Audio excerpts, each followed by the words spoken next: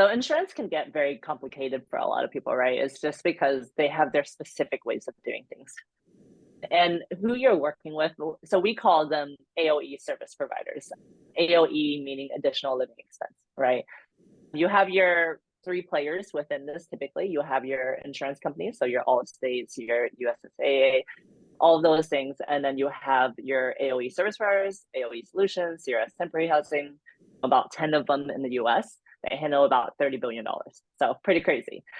Welcome to the She's Got Assets Real Estate Investment Podcast. I'm the host, Shona Lepis. Follow along as we unpack and demystify real estate investment strategies through expert interviews and personal experience.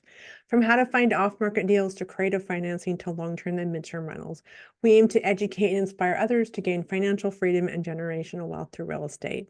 And as always, please subscribe so you never miss an episode. We really appreciate reviews. It helps others find us and just helps us get found. I'm so happy to have a really special guest today. Oh, I didn't ask how to say your name. I'm going to butcher it, so correct me. I'll say Vi, but she is the founder of Homads.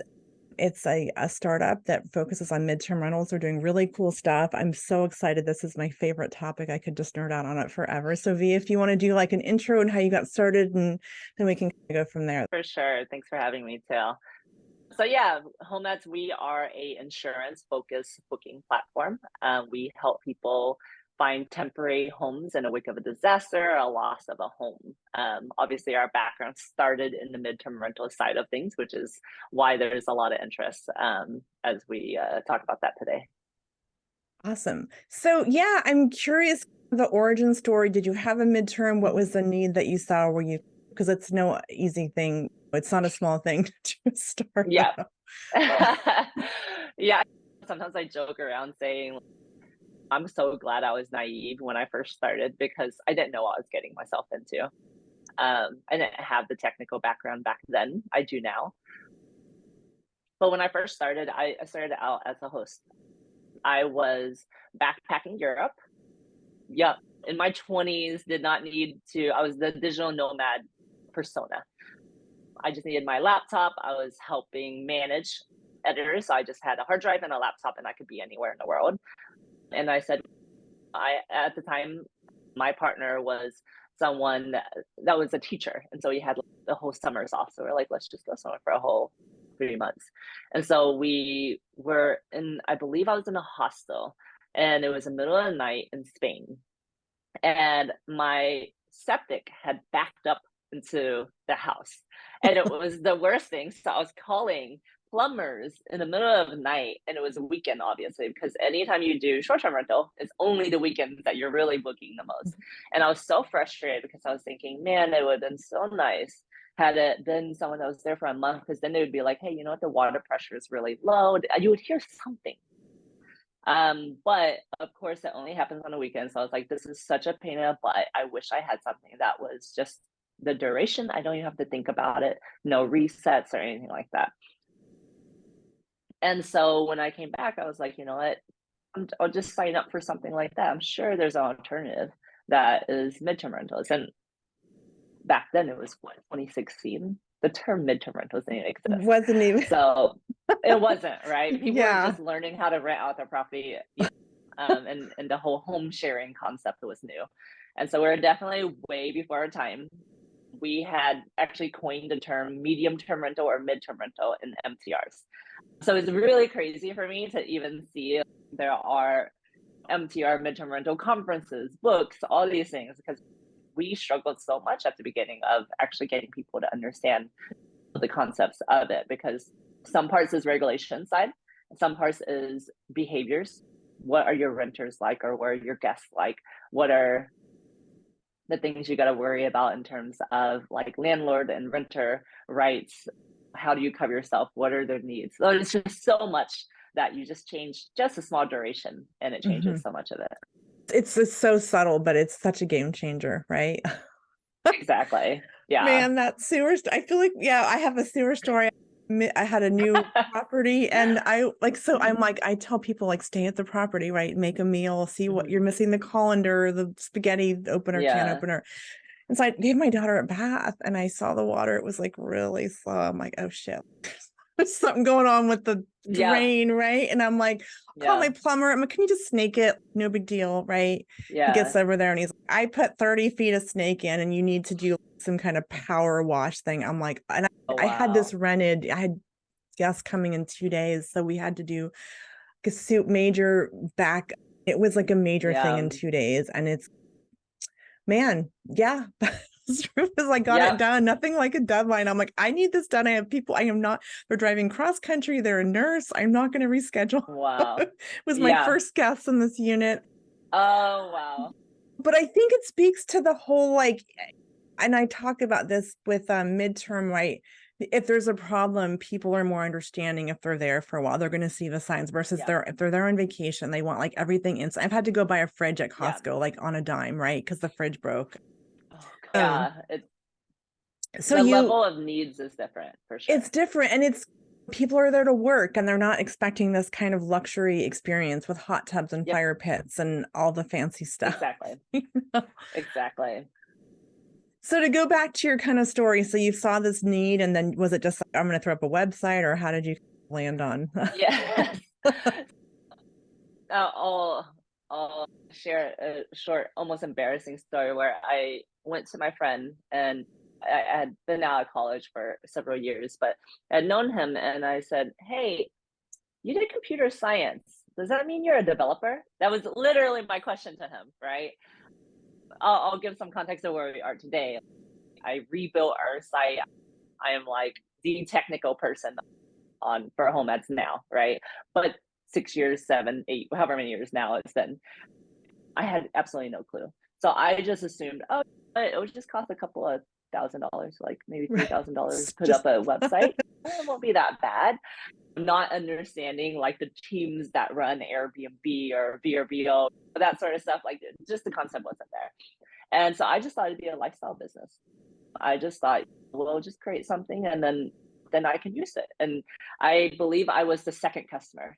We had someone else that had used it, but I actually ended up using Homads because I have a loft.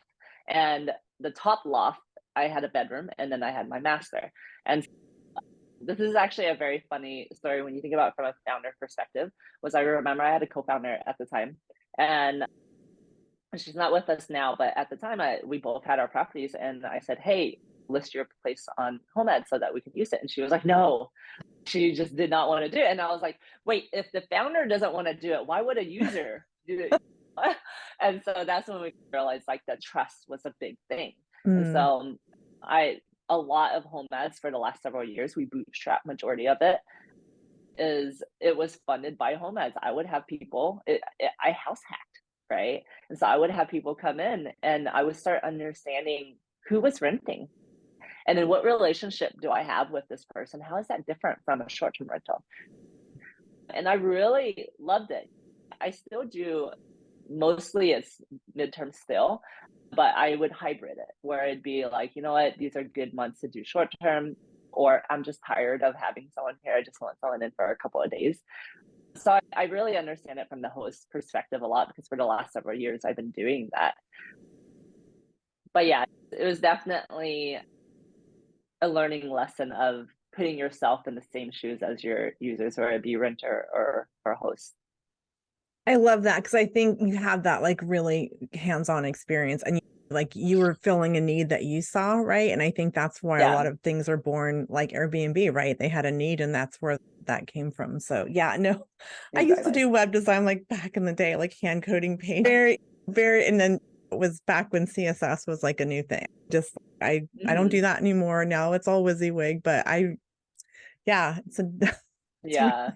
Yeah. Okay, so you saw this need, and yeah, I'd love to unpack. I think I love, and I know we talked offline about this, how you have relationships. I think there's different, I guess they'd be talking about who the avatars are, like, and I'll let you speak to that. And I get that asked a lot, but who's staying in midterms and who is the site for in your eyes? Who are your users? For sure. So we do it, we have the marketplace, right? And so that's just all consumers. And so you see anywhere from traveling scholars, traveling nurses, people that are relocating, people are coming for contract work. We are born and bred in Austin, so it is very much a you'll see a lot of scholars. You'll also see a lot of people come for Congress. So it's just very much is just dependent on your actual city. We keep the platform very consumer, very general on our back end. Oftentimes they call it like vertical SaaS, right? Software as a service. And so it's a certain vertical on top of a marketplace. And that vertical that we concentrate on is the insurance side. We just knew it's the side of midterm rentals that will likely pay you the highest. And they're not as discriminate of, oh, it has to be this high-end luxury thing, but it's more of, it has to match the policyholder's lost home. So it's a very unique thing, right? So you don't have to be in the middle of downtown. But it's actually better that you're in a neighborhood, because these are people that midterm rentals really is, people are just living there. They're not there to go party or anything. If they partied, they're gonna have to clean it up because they're there for the next month or two, right? Yeah. That's why I always joke around with our hosts, is they would worry about that. I'm like, that will never happen. Like, you'll probably get like the district attorney at your place rather than anyone else. So it's not as much of a concern. Okay, so insurance, yeah, no, and I think that's a really good point. I think going back to the landlord, I don't like that word, but I don't know what housing provider sounds like, a nonprofit. So whatever you want to call it, I think there's this huge fear of someone's going to trash my place, and and I'm like, I've been a landlord for a long time. I've been a midterm host. If you have nice properties, if you're a good that doesn't really happen. And there's so much fear about it, but especially with midterm, right? You have a very quality guest, like you were just talking about. And it's not the heads and beds. I think that when you STR, you're like maximizing it. So yeah, the insurance thing, I think, and I also think there's like this myth that, is it like right across from the hospital, right? It has to be walking. That's not really, no, people want to live in romantic, nice neighborhoods with the right schools. Yeah. So I think if you can unpack that a little more, like the insurance claim and families and how that works, I think a lot of people are really interested in that. Yeah, for sure. So insurance can get very complicated for a lot of people, right? It's just because they have their specific ways of doing things. And who you're working with, so we call them AOE service providers. AOE meaning additional living expense, right? You have your three players within this. Typically, you have your insurance companies, so your Allstates, your USSAA, all of those things. And then you have your AOE service providers, AOE Solutions, CRS Temporary Housing, about 10 of them in the US. They handle about $30 billion. So pretty crazy. And then you have your hosts or your homeowners. And what happens is the insurance company will say, hey, our adjuster went out to this house, to the policyholder's house, and we found that there's damage. They need about 3 months, let's say. We're going to send it over to your AOE service providers. And because typically, and that's up to the policyholder, actually. It doesn't have to go to AOE service providers. If the policyholder is like, hey, we can handle it, we don't need them, then they can do that. They're the decision maker, actually. The reason that they'll go to AOE service providers is because those providers are the ones that front the money.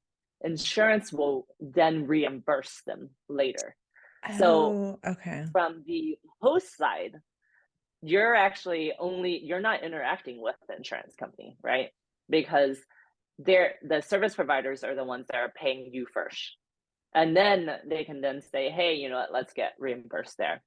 As of right now, sometimes you'll see people that are hosts that are saying, hey, you know what, I got a lead from a service provider, and then they'll syndicate or aggregate a whole bunch of hosts and then take a fee for it. We're seeing a lot of that, and they're playing as the service providers as well. The problem we see is that there's not a lot of transparency on any end, right? Hosts will say, hey, I'll do a finder's fee, whatever it is, and then it's under their portfolio, but they're not telling what that price is. Maybe they're giving you $3,000, but really they're going to take $4,000 on top, whatever it is. I'm not saying all hosts do that, but that is something that is seen, and I believe it's called piggybacking, right? And it's really frowned upon, which we didn't know either. But we then were hearing it from the service providers, and we're like, oh no, we're actually a platform. So we have transparency on our fees, all those things. It's just similar to an air booking site. The same happens actually on the service providers. They tell insurance whatever it is, and then they tell host, whatever it is. And so the biggest question that you then get is from every host is, how much should I be charging? Yeah. And that's the harder part, is because how much you should be charging is very dependent on a lot of factors. One is the rental comps, right? And again, this is why you don't see insurance.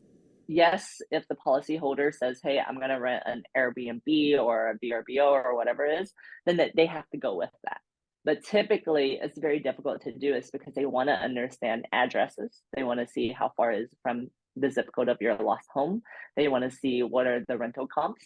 Even if it's a Zillow's estimate, it's still something, right? Okay. If they're not pulling those, it has to just make sense, right? Okay. You can't have crazy amount.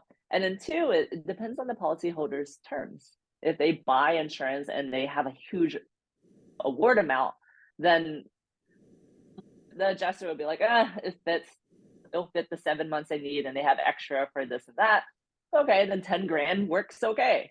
But if it's we don't even know if the damage is gonna be covered within the 7 months that we have, you may need to extend it, then they're gonna have to be reasonable about it. And Okay. that's where it's a little bit difficult for us to be like, hey, you know what? This is how much you can make. It is just so dependent.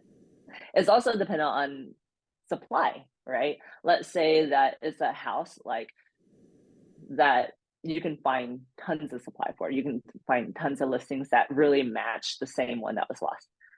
Then they don't really need to pay a lot. If you don't take that claim, then someone else will. And so it's not as big of a deal. But let's say it's a house where you can't find anything that's the same within that same zip code. But we found one and we really need that one. There's a lot more leverage where they're like, we'll double that if you'll let us have that, right? Because they end up paying quite a lot if they can't find the right home.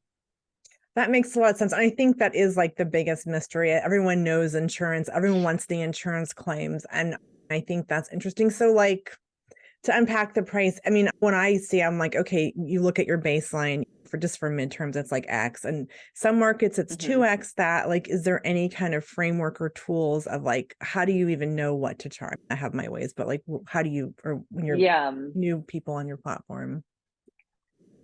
It's funny is because even with all the service providers, no one shares, right?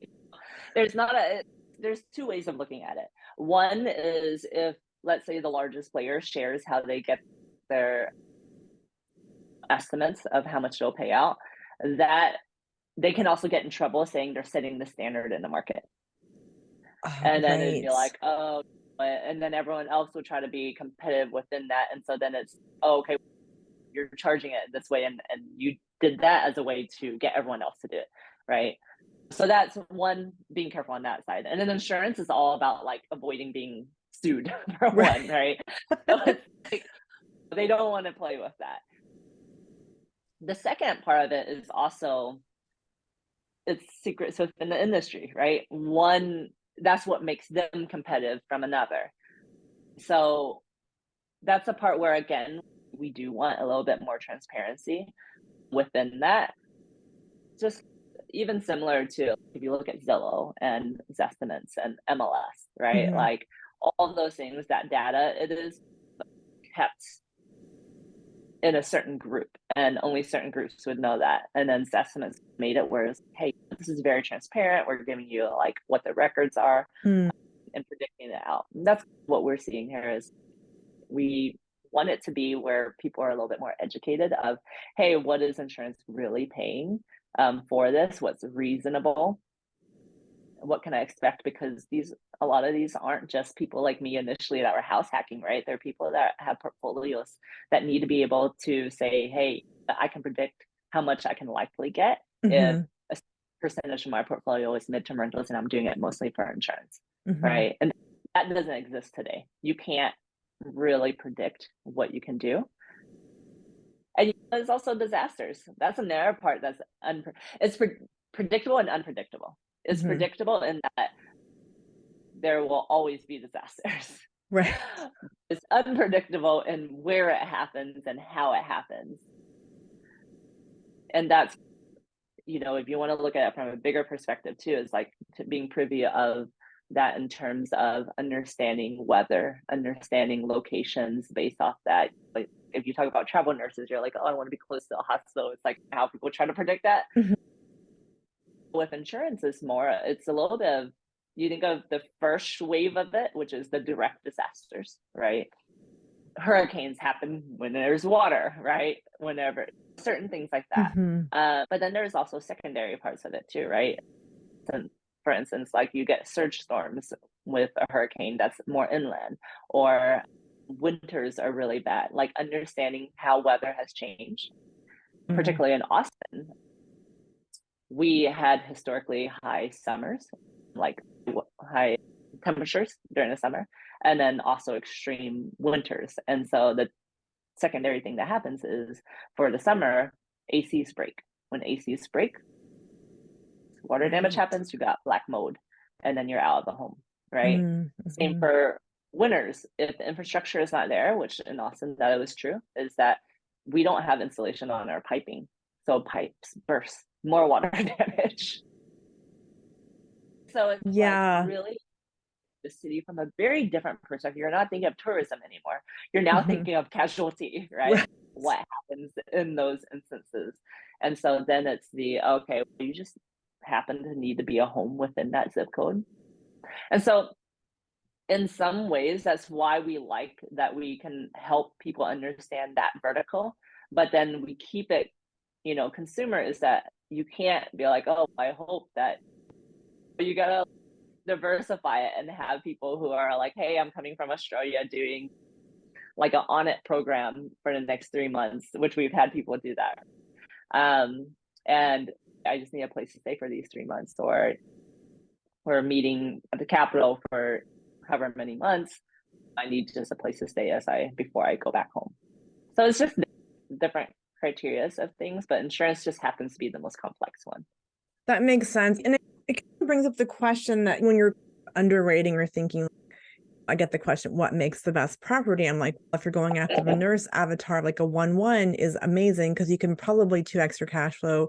You're going to have consistent, but then if you have a bigger home, you're going after more insurance. So it's like a tricky thing to navigate. Like anything makes a good midterm, and you can't, to your point, what are you going to set a fire at your neighbor's house?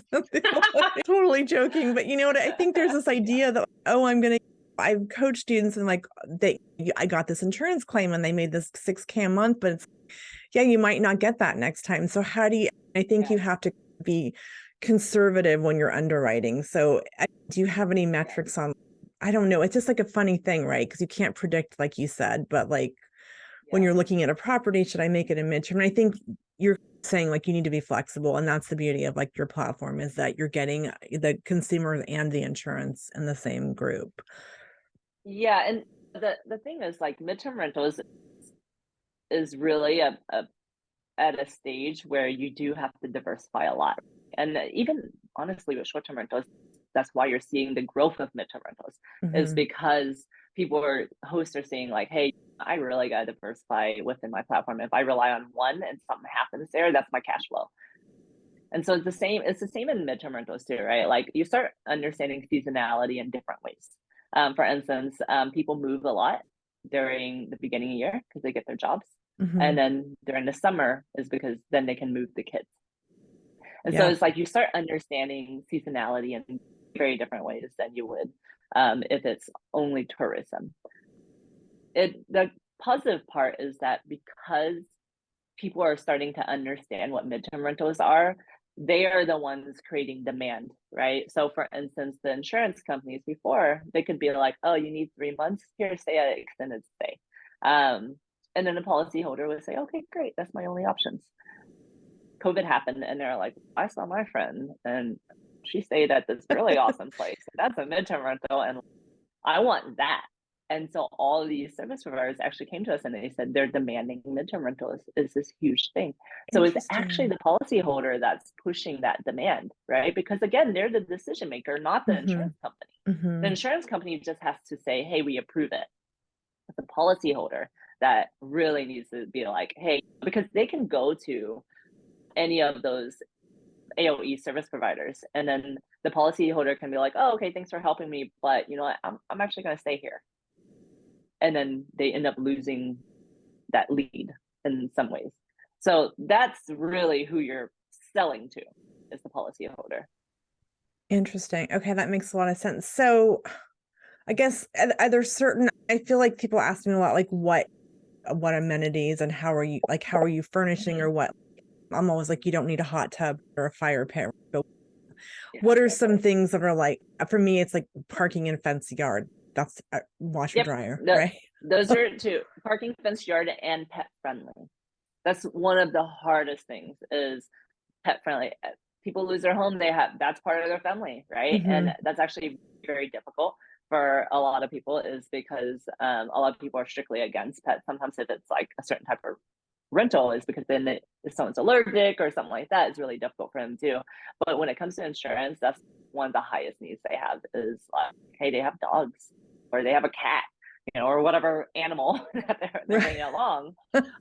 And it makes it really difficult. There was one where it was, I believe it was a farm. So they had like goats and stuff. And they're like, hey, we're trying to look for something that has acreage and maybe a barn if you have it on there. Yeah. And so it's just very unique things like that. But obviously that's not a common case. Normally it's just their dog, or maybe they have like 2 dogs. And the more they have in that case, the less likely someone will allow them to.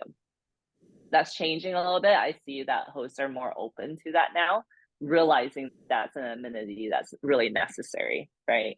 Kids and pets, those are the hardest ones. And those kids and pets are also probably the least likely in short-term rentals in some ways, right? Because you have this real fancy place and you're going to be like, hey, I got 3 kids I'm picking over here. It's like terrifying for a host sometimes. Right.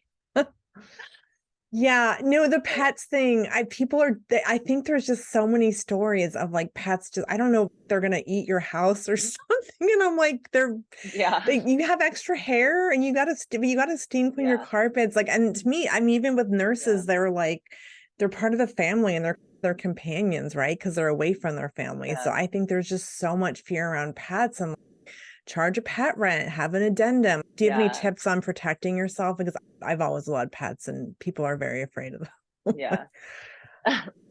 The thing is that it's more of backtracking it backwards, right? In the sense of, if you have a really high luxury place, which a lot of short-term rentals, that makes sense, right? It's like before you sell a home, you think, what do I have to renovate? What's the ROI of doing this? It looks good, but if it's super durable and all that stuff, like, the ROI doesn't matter, because the buyer may just replace it, but it looks nice and it helps them envision what it should look like, right? Or paint the walls white, right? Like those are like really common practice of, okay, what's a renovation I can do and what's the ROI for selling it? And so the same is in midterm rentals and short-term rentals, right? Short-term rentals, it's the, okay, this is going to look really great, it's Instagrammable, right? Like that sort of thing. Putting a mural up on the side of a wall, like that may cost more, but that will get a lot of people on short-term rentals, right? Yeah. Midterm rentals, not gonna be a thing, right? It's a balance. It's a balance in the sense of you're not gonna want to, because the more you renovate and make it look super fancy, the more you're gonna need to charge to make it make sense, cash flow positive. But there's a level in which you make it look nicest, because you want the policyholder to choose that one over the other one. And so it's that balance of, okay, what are amenities? Obviously a desk, obviously yard, parking. There's a garage, that's awesome. And then if it's pet friendly, that helps as well. Pet friendly is through your basic things of flooring. If you have really expensive flooring, you're going to get really upset if a dog scratches it, right? Find a nice fancy laminate that is very durable, and that's it. And that's the same for renters. So those things. And then if it's a lot of carpet and things like that, and it's going to be hard to clean after a pet, consider different things.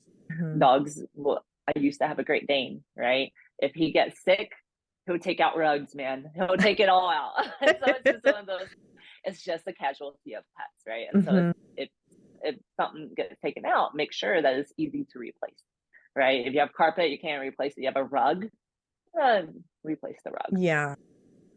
So those are a few of the things that are like relatively make sense. Is you don't have to go all out on the luxury thing because they just want to live there. They just want their kids, even if it's one or two people. Yeah, they want something nice, but it doesn't have to look like a penthouse and whatever place. It just needs to be nice. Yeah, you're not showing your friends off on Instagram. Look at this cool house. Exactly. Yeah, I'm sure there's like high end corporate housing mentality. It's just you have to understand what percentage of that is going to be the people looking, right? And so if you're wanting to fill vacancy, then you got to hit the largest level of like percentage of people looking for what are their needs. Yeah, no, I coach, it should be nice, it should be stylish, but it's not luxury. You don't need the fancy coffee maker, and just take good pictures, just make it, you can do things with pillows and throws, and some, like, Amazon has great artwork. Like, it's surprising, you know. Yeah, you can definitely do a lot there. It's digital marketing in some ways, right? It's like just really educating on digital marketing. It doesn't have to be anything fancy. People just want it functional, but still aspirational in some ways, because the mindset is very a different way of looking at it is the mindset, right? Is when you have someone that's looking for a weekend getaway with their significant other or their best friend or whatever it is, it's they want top notch kind of thing. And their capacity to research and be aspirational is completely there. You have someone who is moving, or you have someone who's lost their home. Their ability to make a decision is very low. And so you have to put yourself in their shoes. Apparently, when you moving is surveyed to be the most stressful life event in a person's life. Wow. Right? Yeah.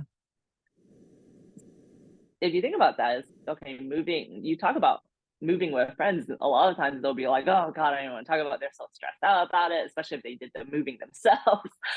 But even then, it's stressful in all ways possible. Think about it from their perspective. What are they wanting? What are the things that should make their life a little bit easier, right? You lose your home, you got the loss of a home, plus you have to move. On top of, right? Yeah. Exactly. So then it becomes, do I really want to worry about utilities right now? Or do I make it where it's just all paid within that? Right? Do I want to have to put my name in that? Do I like make the processes easy? How do I handle mail? You may be thinking from your guest perspective, come on, this is easy or whatever, but that's the last thing they really want to think about. They just want to rest for a moment and process what is it that's happening in their life right now. And from there, they can then be like, oh, okay, I have my grounding. Okay, now we know what's going on, and they slowly can start making those decisions. That's really interesting. Yeah, I think about moving and I just get hives. I can't imagine going through, like, when our last move was 8 years ago, and I'm like, we're never ever moving again. It's just miserable. And you throw on like moving against your will, like you weren't planning. It's not like an exciting move. Oh, we're moving, or upgrading our house, or this is a new city. It's really, and setting up utilities. It's a total pain in the butt. Yeah. In a way, it's the customer service that helps a lot too, right? It's higher end customers. Like if you want to do something luxury to stand out, then make it the customer service. That will help you stand out rather than a hot tub. Yeah. So like on that note, I coach have really clear, like a self check-in, like I have smart locks. I just want people to get in, easy access. I don't have to meet you there with the key. You probably don't want to meet me. I'd love to meet you, but literally here's the house notes. Here's when the garbage goes out, like all those little things. Is there anything else that you coach people on that's helpful in kind of the onboarding phase of when they're moving in or anything like that? I think it's mostly just, you have to gauge, you know this too, right? Depending on your audience, if it's the self check-in and they're like not tech savvy, it's gonna add to that. Right? It's a balance too. You don't want to be a host that has to drive out and do every single thing. So being able to scale it is one, but then two,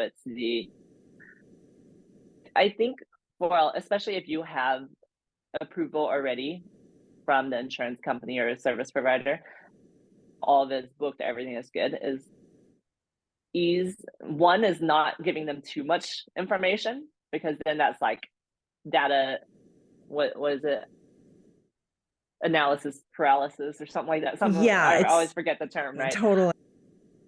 And so it's like a little bit too much information. What is it that makes it where it gives them enough to where they don't have anxiety of what am I walking into? But then don't give them 20 pages of things that they gotta like process, right? Have an interactive conversation with them and give them whatever information, try to read the room of where are they mentally on things. Okay. From my perspective, most midterm rental guests are very easy. They tend to be very easy in comparison to short-term rental guest needs. If it becomes a high need thing, that typically to me is a red flag, actually, is if they're like super needy. I'm like, okay, what's going on? Is there a reason for this? Is there unhappiness? I'm trying to navigate that. Yeah, no, 100%. I've broken it down to here's how to get in. There's if you want to use your smartphone, there's also a keypad if you're not savvy. When I have the kind of locks where you can even use a key, because sometimes I have people that just want it. There's 3 ways to get in. It's here's some notes on parking, and once you're in, then you can read all the house notes and how when the garbage, and in Portland it's every 2 weeks, which is just maddening, but I have to explain just like down to all the nitty gritty things, but I don't want to overwhelm them with here's this like move in instructions. Exactly. Yeah. And it's one thing to think about in offsetting it too, is like, it's not scalable to be there to help them walk through and understand how to use the property on everyone if it was a short-term rental. But if you have someone in for 7 months, does it hurt to do one, right? Or have a person. And that's where I say, if you really want to differentiate yourself and you want to do it as a customer service side, is you could think about weighing the cost of doing something that differentiates yourself. And then, is it a lot, right? Is it a lot, or is it scalable? If it's scalable to meet them once every 3 months or once every 7 months on these claims, then okay, that's scalable. And then you won't have the questions coming in later. It's just more of, are you doing it? Are you hiring someone to do it? Is it, what does that look like? Because the thing is, a lot of those insurance providers, or even with us, if we know you're a host that really cares within that, is my number one thing, is because, again, insurance companies, they want their policyholder happy, right? That's the number one thing. They want them to be made whole, as if the disaster never even happened, right? Their life just transitioned just slightly. They're happy, and happy people don't sue. So that's the mindset. They care more about the happiness. It's not. I tease a little bit on the suing part. But they're insurance, so that's their whole everything. Yeah. No, that's I love that. So I guess going back to the insurance, that's a really good way to frame it, because I think I've gotten to the point where I'm like, I don't often meet my guests, and I always leave like a welcome thing about the wine, and then there's like different allergies. I'm like, if they don't want it, they don't have to use it, but I like to leave a little something with the house notes, and just to make it welcoming, because sometimes they're like, love with nurses or traveling around, or just feel like a little something. But and sometimes I have plants. I'm like, here's how to water this stuff. But going back to the insurance, so what's the benefit of, because then there's all these styles, like there's, you go on and you network and you make all these connections, and that's great, but that's very time consuming, right? So the advantage of like your platform, and that kind of, is it like a matchmaking thing? Are you building relationships? Just how does that kind of work? If I can ask that. Yeah, for sure. I think this is a space that is currently going to change, right? I think before, let's compare it to short-term rentals, right? It was, okay, how do you, in a way, compete with hotels? And so it was, how do I get tourists to come there? And it was different. And once Airbnb it was Airbnb that did it, because vacation rental homes, it was more of HomeAway or VRBO that did it. The more urban side was Airbnb, right? Thinking of hotels in that sense. And so they made it so much easier for hosts to then just rely on that. Prior to Airbnb coming in, it was how do you get yourself listed? Do you have a direct booking site? Went full 180 again, right? Yeah, Or 360, because now people are doing direct booking again. But it is very much how do you do that within the sense of tourism? The same now happens in, let's say, for furnished finders, they are the midterm rental for traveling nurses typically, right? It's the understanding agents, like the agents that place those travel nurses. So you're going to have to know all those people. And that becomes, it's either you rely or believe, hey, this is the route that will get me those travel nurses. If it's the, hey, I need more than that, or I'm more entrepreneurial than that, and I can do the work of it. The reason people do those platforms is because then you don't have to network, and you don't have to, because essentially you're being a business development rep. If you do that, because you're going in and you're getting on all those agents, and then you're like, oh, okay, if they move, get promoted, or someone else, I got to know who that is. It's a lot of work. And that's why those platforms exist, is that they're doing all the work for you. And so it depends on who you are as a host. If you're like, you know what, I'm great at this, I'm going to cut out all of those, I'll build those relationships. You could totally do it.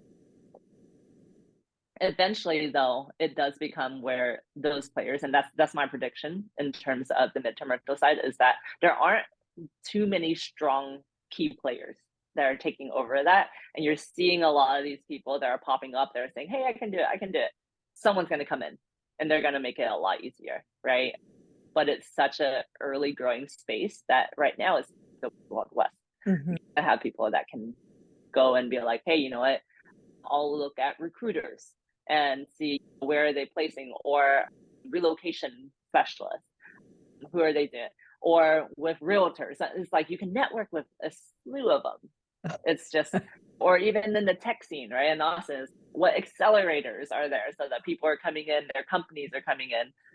But it's always just small pieces, because in a way, that's what Homads does, is we kind of work with all of those people. But the only one that we felt was a very strong one was the insurance side, which is why we niche more on that. And then the rest find us and we say, hey, you can bring your companies to an accelerators if you're a company that's hiring out people and you need to find, it's just referral, and then they just bring their people through that. Otherwise, you end up doing it yourself. So I would say, one, choose which route you want to go. I know it's painful, is because there is not a strong player right now. I would say that will change probably sooner rather than later. We have a few things happening on our end. I had mentioned before, I'm not allowed to say the name of a partnership that we have, but we are planned actually late October for it to go live. So we are preparing for a lot of scale within that. We're happy. We were so happy that our hosts have been super patient with us, because we know we have been getting listings. They're like, hey, hold off. Demand is slower. But these partnerships do take time, right? We signed a contract in February. It's not until like late October that we're able to start seeing something. Yeah. And even then, there's a lot of ways in which it is the sales cycle, more of the business development side of it. And so it takes a little bit of time. So if you're a type that can do that, great, you can do it. It will just take you a little bit of time to build that relationship with everyone. Yeah, I think, I'm not sure if that answered that question. No, I think it did, because I think there's a lot of people like, oh, just go get an insurance claim. But you know what? It's a huge commitment, and it's networking, and it's a whole different hat you have to wear. Like, yeah. I don't think most people love sales, I'll be honest. And you have to send emails and it's another kind of hat or a job. So if you can find the right platforms to be on that you get consistently, just what do you want to prioritize, like more acquisitions, or do you want to be a salesperson? There's just a lot of myths around. That's great, but it's a lot of time. Yeah, these people that get these fat checks, like how many emails did they send to get that? You know? Exactly. So, yeah. So I love that you guys are being more proactive, and I can list on there and know that, hey, I'm more likely to get a great claim. But I'm also I just think it's figuring out where to be and knowing that you can't just rely on that. So I think you have to be strategic. So, and I love that you're being proactive in building those relationships. So is it Like to unpack it a little bit, I know we're getting close on time here. Do the ALE companies come to Homads and search, or are you saying, hey, we have a lead, what do you have, or how does that work on the back end? Yeah, so what's interesting is I'll talk a little bit about on the tech. Again, I mentioned like, yes, we're a real estate tech or insurance tech, right? But really tech is what I love. And so I'll nerd out for a couple of minutes here is why we love it in a sense is with these AOE service providers and insurance in general, to put it, they're just short of faxing you something, right? Like the level of technology and speed and things is just like very antiquated. And we actually love that in the sense of it's easy for us to over deliver in a way on our end. Mm-hmm. We were in the process of, hey, let's learn the process first, and then we'll use technology to automate out. So for instance, typically they'll have 50 to 100 reps that are just on a certain type, like residential housing, right? And that's it. Or alternative housing, I believe is what they call it. And what those reps will do is they'll go out, and if they can't find in their database, they're going to Zillow, they're going to all these online websites that have long-term housing, and they're like searching for that. And then they'll try to negotiate those hosts down or those homeowners down to being a midterm rental. If they can't find it within their database, they'll also send it to us and say, hey, you know what? Hey, we have this, and it's a paragraph. And we said, hey, will your reps just fill out a form that we create for them? 1 bedroom, 1 bath, this budget, pets, just the basic questions. And he said, no, they will not. They will email you. And they won't email you the same structure either. They won't tell you, some will tell you a budget, some won't. Some will tell you these things. And so we said, okay, how do we use technology and make this faster? So first we went in and we said, we'll just do it manually the way that they do it. And it took us from getting the lead to getting it to our hosts, reaching out to other hosts, negotiating them over and sending the lead back over or the listings over to the AOE service provider. And it took us for one lead 5.5 hours to do one. And we're like, wow, that's crazy. So then we built technology to do it.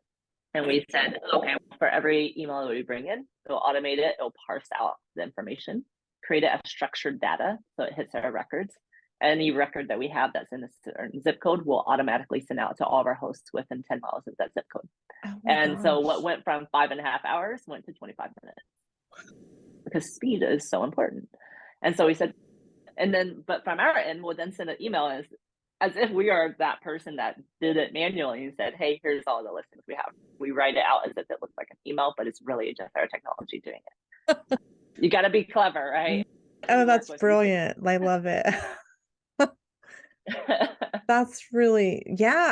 It's leveraging technology, but still with a personal vibe, right? And way more efficient because they're probably trying to make them look better if they're like, here's 5 houses that meet your criteria and that are in this thing versus, I love that.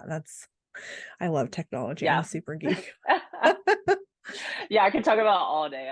That's the aspect I love the most about it. Obviously, understanding the real estate side, like you are much more, even though we coined the term midterm rentals back in the day, like you will know so much more than I feel like than I would know in terms of the host perspective, right? You know what it is of what they should be looking for, how they think, that sort of stuff. For us, that's a player in the space for us that we try to do our best to accommodate for and provide as many services and benefits for. But you're living that life 100% of the time versus that's a portion of how we're trying to accommodate for everyone. Yeah, no, I love that. So I want to take this kind of full circle, right? So you're like, the insurance ALE company says, I have a family, there are 3 adults, 2 dogs, a parrot, whatever. Here's a stuff. A lizard, I don't know. Yeah, it happens. So that comes to you, they email you, right? And then you like do your magical automation and then you email host and then to the host, like I have this. So what happens just for someone that's, oh, this sounds amazing. What is the kind of after that to get the lead? How does the communication go from there? Yeah. So from there is we get a yes or no from essentially it's the policy holder, but then we'll hear it from the AOE service provider. Okay. And then it's the connection from there. And so this is where there's pros and cons again of everything, right? Is being able to protect yourself. There's different things. Parties are short-term rental problems. With midterm rentals, then it becomes, okay, are they paying? That's why we like AOE service providers. But the thing is, there are some parts of liability, if it's the insurance company, let's say that not to scare people off on this, but it is something to consider, right? Especially if you do things on your own, is let's say insurance says, hey, there's a fire and we need 7 months for this. And they sign the contract with you. And the lease is between you and the policyholder. It is not with the AOE service providers. It's not with the insurance company. Okay. That has to happen. But that also puts a liability on you in the sense of, oh, okay, you're the one that handles all of that. And so when, let's say the insurance company figures out, hey, you know what? We found out it was arson. They did it themselves. This is fraud. They immediately sought payment. Okay. So then AOE service providers either continue paying or they have to identify and figure out some way of telling you that. But then you're screwed in that. Try not to curse here. Right, no. And then you have to figure out, oh, okay, what is it that I have to do to handle those things? And so it is a little bit more difficult, I think, sometimes in believing that insurance will cover all of it, but there are always some caveats, right? There are some parts in which you do still have to cover yourself within those types of situations. It doesn't happen often, but it does happen, right? And so from there, okay, so you have a lease, then you got to understand all your regulations. You got to understand, oh, okay, this person leave. Then you got to think about eviction laws, all that stuff too. And again, this is worst case scenario. Right. Typically, majority of the time, you're never going to have that happen. Or I wouldn't say never, but very rarely will have that happen. Let's say that it's a positive situation. They get connected and they say, hey, you know what? It's 7 months. We signed the lease. It's going to be taken out every month, and we're going to pay you every month at the beginning of the month, right? They go in if they are capable of doing this, which typically is within the same zip code, right? The best way, not everyone enjoys doing this, but the best way is letting them do a home tour.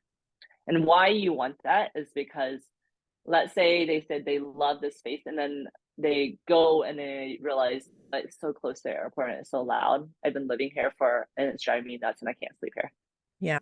It's like you want success from the policyholder. You want them to be really comfortable and happy. And so, yes, it's a pain to give them a home tour, but if it keeps you from actually losing the client in the future rather than engaging with them and then halfway, that's not a positive experience for anyone. And so actually we really pushed for people to be able to do a home tour first. Okay. And then there's a confirmation of, hey, I really want this place. Then the contract happen. Then we allow you to interact with them. We just pay from the AOE service providers every month as long as everything goes the way it is. They will have certain terms as, hey, we keep the rate as if they want to continue on board. Some of those terms, that sort of stuff.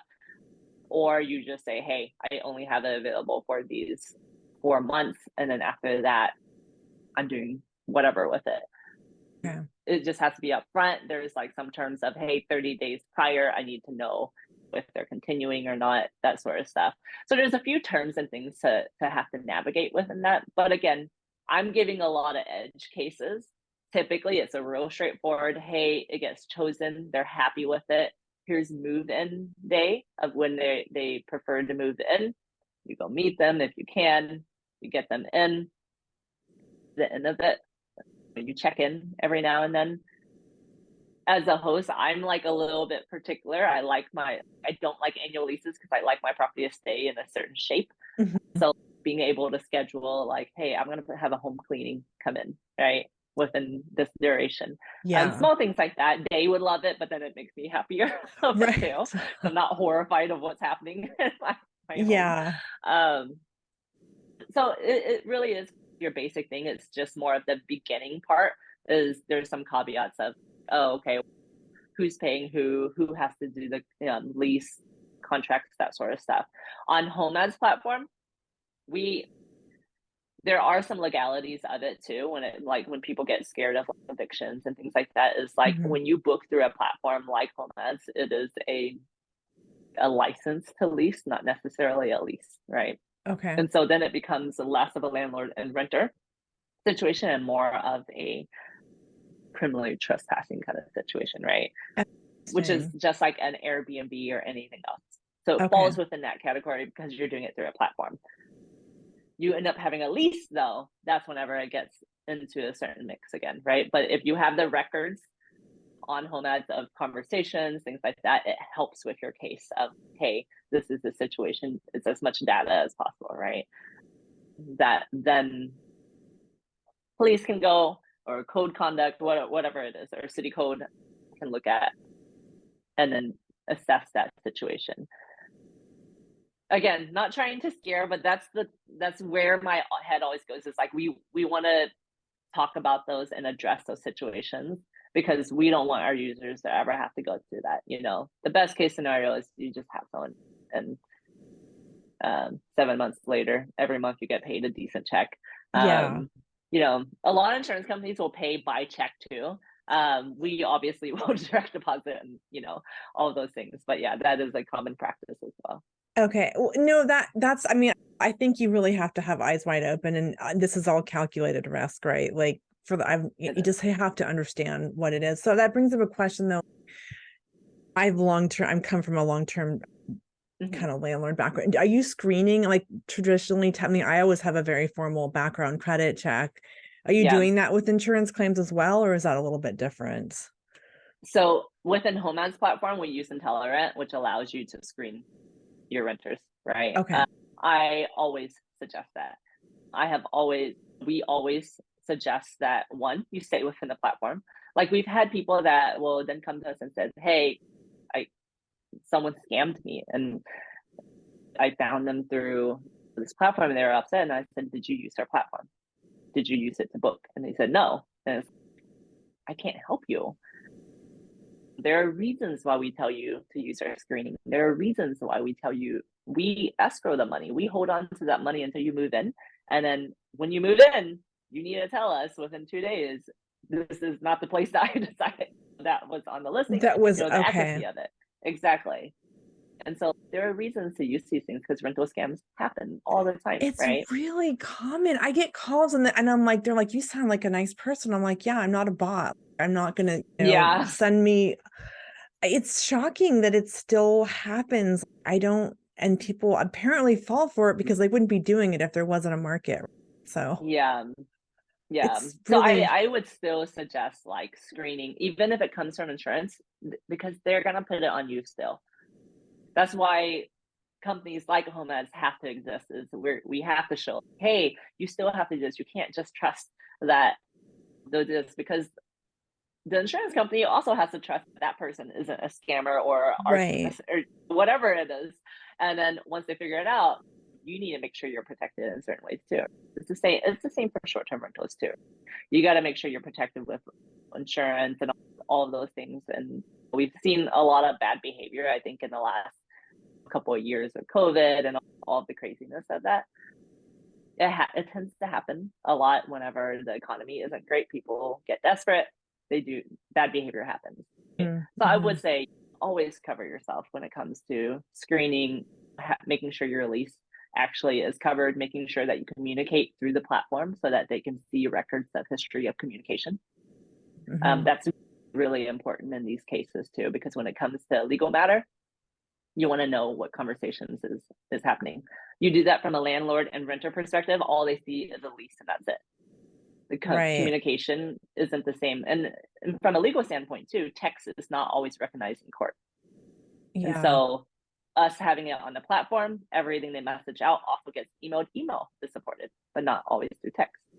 And so really understanding like how law works in some ways too is helpful. And that's why for me, it's one of those, obviously when I use Homads or I do midterm rentals, I always use the platform, obviously because of who I am, but then also it's out of protection for myself too. there's a reason we built it. I built it because I wanted to use it. Yeah, no, for my long term, I have a resident app and I'm pretty intentional about, I want this to be in there. I want it to, if anything ever were to go down, it's like documented. I Yeah. totally get it. Yeah. That made me think of a question. So I require renter's insurance for midterms. Is that something you guys recommend, or is it, I'm just curious, is that something that you can require, or how does that What work? was that again? A renter's insurance. I usually require that for midterms as well as long terms. Yeah. So again, it's the same, right? As especially if you have a business out of it, like the more professional, I guess is the word, that you can get in doing these things, the better it is for you. Asking them of these situations. Sometimes with renter insurance, I think back then it was a little bit harder, is because it was only annual leases and only hotel occupancy type of stuff, right? But there weren't cases where you could do midterm. Like we looked at providing renters insurance, but every insurance company did not understand midterm rentals, right? Because again, the wording has to be slightly different in these situations, right? Pricing has to be different. So I think now, because we're seeing it become a thing, these products will be offered a little bit more. The same had happened with short-term rentals, where it wasn't offered before, and then people started saying, hey, insurance for hosts has to be different. It's not for just a landlord renter situation. And the same is happening here, is being able to utilize those services, it protects you, right? There's a reason why long-term and short-term have these things. Midterm may not have it. Find the best option that it is now, but I believe that they're slowly starting to provide services like that. And of course, we try to partner with those players as well, so that you're not having to have all these different companies that you have to manage too. Yeah, no, it can be a sandwich for sure. Yeah. God, this has been so fun. Is there anything like we didn't cover, or what's like your, when you're saying sign up for Homads, what's like your nutshell? Yeah, what do you tell people, or what would you tell people why they should sign? I think there's a lot of reasons, but if we didn't cover anything. Yeah, honestly, from our perspective, is we're building this for you. That's it. You know that my story comes from being a host, so of course for us is we're building it for you. And when it comes to it, you're joining us, we appreciate it, is because we listen, right? We're small enough to listen, and also there's no way we can survive without listening to our actual users too. So if you're frustrated with the situation of where it is, we know we don't know it all. We have to listen to you and see what are our pain points. And then we can go back and say, hey, you know what? We have a pulse on what hosts are wanting. And as much as it seems reasonable from the insurance side that you're asking this of them, this isn't going to work because of that. We can actually stand up for you, you know? And so that's why it's helpful, is if you have the patience to work with us, which I will say, we're getting steam on this. We've been at this for a moment now of building the community, but now it's also pushing more on the demand side of insurance companies with corporations, that sort of stuff, is like, hey, we understand what it is. We've engaged with them to a certain extent, and now we're starting to see a little bit of fruits of our labor of getting that demand to you. So again, we appreciate the patience of it, but we are really excited that we will be seeing a decent amount of traction in the very near future. I love that. No, it takes time, right? And I think I love that you're being really proactive in building that. Because again, if you want to do that yourself, it's another hat, it's another job. Is that the best use of your time? I'll be honest, right? Exactly. Yeah. This has been so fun. Is there anything? I have a couple wrap-up questions, or anything else that we didn't cover that you want to highlight, or anything just before we wrap up? I think this is it. I love this conversation. This has been really fun. Okay, perfect. Yeah, I definitely, I feel like I would go on, but I'm going to try and be mindful of your time. So a couple like wrap-up questions. Take with a grain of salt. I always like to ask, because I feel like entrepreneurs especially have like really great advice. Top business or life advice you give someone to live life on their own terms? I feel like I'm trying to think of a couple from a entrepreneur standpoint. It is very much they say, if you aren't embarrassed of your product, so your product could be anything. It could be your first listing, let's say, right? If you're not embarrassed of it, you've launched too late. And so most people try to perfect everything. Mhm. And then they are like, oh, okay, then I'll start it. But oftentimes people just don't start. Obviously, get your baseline of it, but it's you will mess up. You'll mess up. You don't realize like this is the renovation I should have done, or maybe I went a little overboard and did this, right? But just get it started, get the listing up. And then if you're not getting enough traction there, like, oh, are my photos not great enough? Mhm. But like, it's not going to hurt you to have your listing up. And then, yes, there are ratings and things like that with other booking platforms. We don't actually have ratings on ours as of right now. It's just because it's a long-term duration for one, right? It's a relationship-based thing, not necessarily is this like exactly accuracy of listing and all of these things. Mhm. So it is a little bit more relationship based on ours. But again, it could be any entrepreneurial thing is you're going to end up having 2 years later and be like, oh, I thought about this idea. We, never, I hear it all the time. Right. So we're always highly embarrassed of our product. I will say that there's always something that we're like, oh gosh, that's so terrible, or that process is so terrible, but we just do it.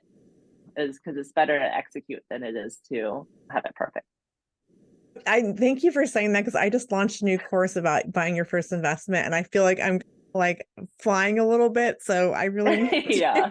It's so true that like my first people wait. They're like, wait. I'm like, don't wait till you just virtually stage and get it out there. So Yeah. that is amazing advice. Thank you. That is so relevant. Especially right now as I'm trying to get my course off the ground. Yeah. Okay. And okay, next question is a little bit more fun. Take it how you want. What is your superpower? That one is, so I am very good with understanding people's strengths and weaknesses and then what motivates them, right?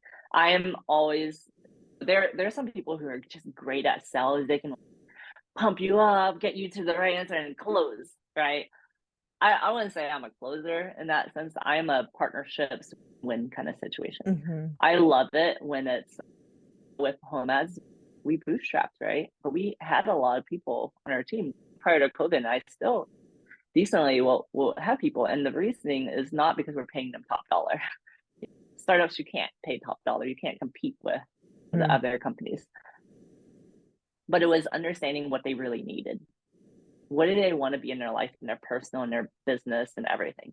And if I or the company cannot get them there in the next 5 years, then I don't want to engage, because if they aren't a part of Homeads and they aren't getting to their goals, like what's the point, right? I want it to be where it benefits us to engage, but it also benefits them as a person, right? And so I feel like I'm not going to be the best at certain things, but I'll always find someone that can, right? And if you can puzzle piece it together, I think, and then everyone's happy, they get to where they want to be, then where do you lose in that, right? And so that would be my superpower. I love that. Yeah, no, and that's really authentic. Really, that's great.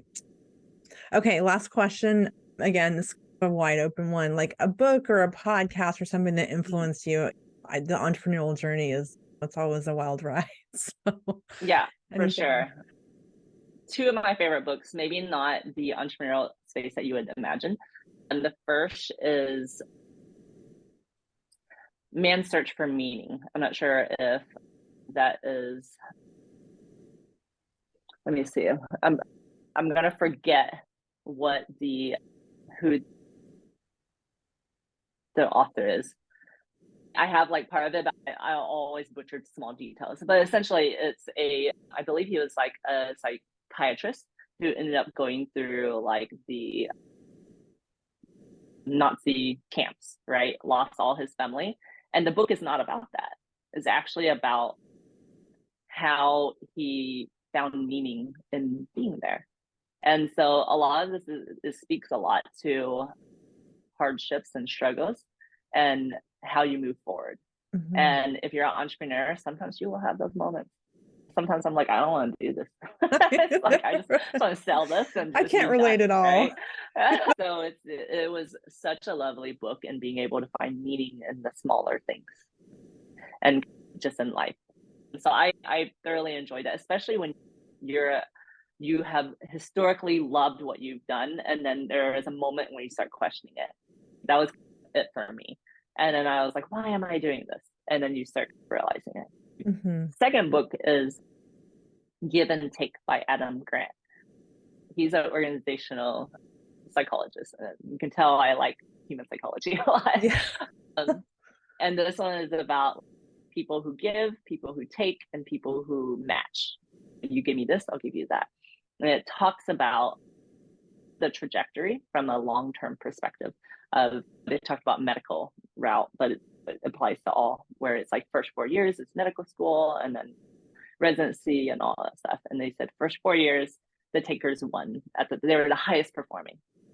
And then at the 5th year, things started switching a bit. In 6 years, it was the givers that were winning. And long story short, it's very much about your reputation and your integrity. Those things takes time for people to see. If you want to win and you don't care to be in the industry for that long, then I guess take everything. Right? Mm-hmm. You'll just never work in that industry again after 4 years, because people will know. And you win short term too. But if you're someone that has integrity, someone that helps and gives, and it also tells you how to give. You don't give everything away, because you'll have nothing. You need to be sustainable. It's like, how do you give the best that you can? And in that, eventually you start performing better, right? And so I really love that, because in tech, especially in such a bull market, sometimes you're just like, how are people doing all of this? They're baking their numbers, but yet they just raised however much million. You get so frustrated, right? But then after the 5th year, I'm like, oh, they're not even here. Their company burned and is not around anymore. It speaks success on a long term. And I think it's helpful for people that kind of get frustrated when they are doing the right thing, but they're not seeing the right results, right? This just takes time. Yeah, no, I love that. That's a lot of levels to that for sure. Yeah. But doing it the right way and with integrity, it's building a lot, right? And sometimes you're building and it's growing, and then you look like this overnight success, but you know what? You did a lot of work. Exactly. Yeah, many years behind that one. Right. Yeah, I always have that seed analogy, right? And then it pops up, and it's just But most people that are really successful have a whole story behind them, right? But you're just putting in the work and doing the right things. And then just how can people find you and follow you and all that good stuff? And that's it. Yeah, for sure. Homads pretty easy to find. We have your basic social medias, that sort of stuff. We actually do have a Facebook group that's for our preferred host too. If you sign up on our platform, it's homads.com/preferred host, I believe. And then on Facebook, it's Homads Preferred Host. We'll add you in. It's a closed group, but essentially it's all the behind the scenes, right? Hey, we signed a contract with CRS. So you get, and that's when I say, hey, we want feedback. Tell us, hey, I really hate this process, or I really think you should we can change it. Or I'm having problems on the site. So it's a lot of those things. So it's a very high contact way for you to work with our team. Love that. I'm going to go sort that out right now. This has been so fun. Thank you for taking the time. And I love what you're doing. And I love just your passion behind it. And kudos to you, because I know it's not easy in this journey. Of course. Thank you so much for having me. This has been really fun. Yeah, totally. Okay, I'm going to sign off and stop recording, and then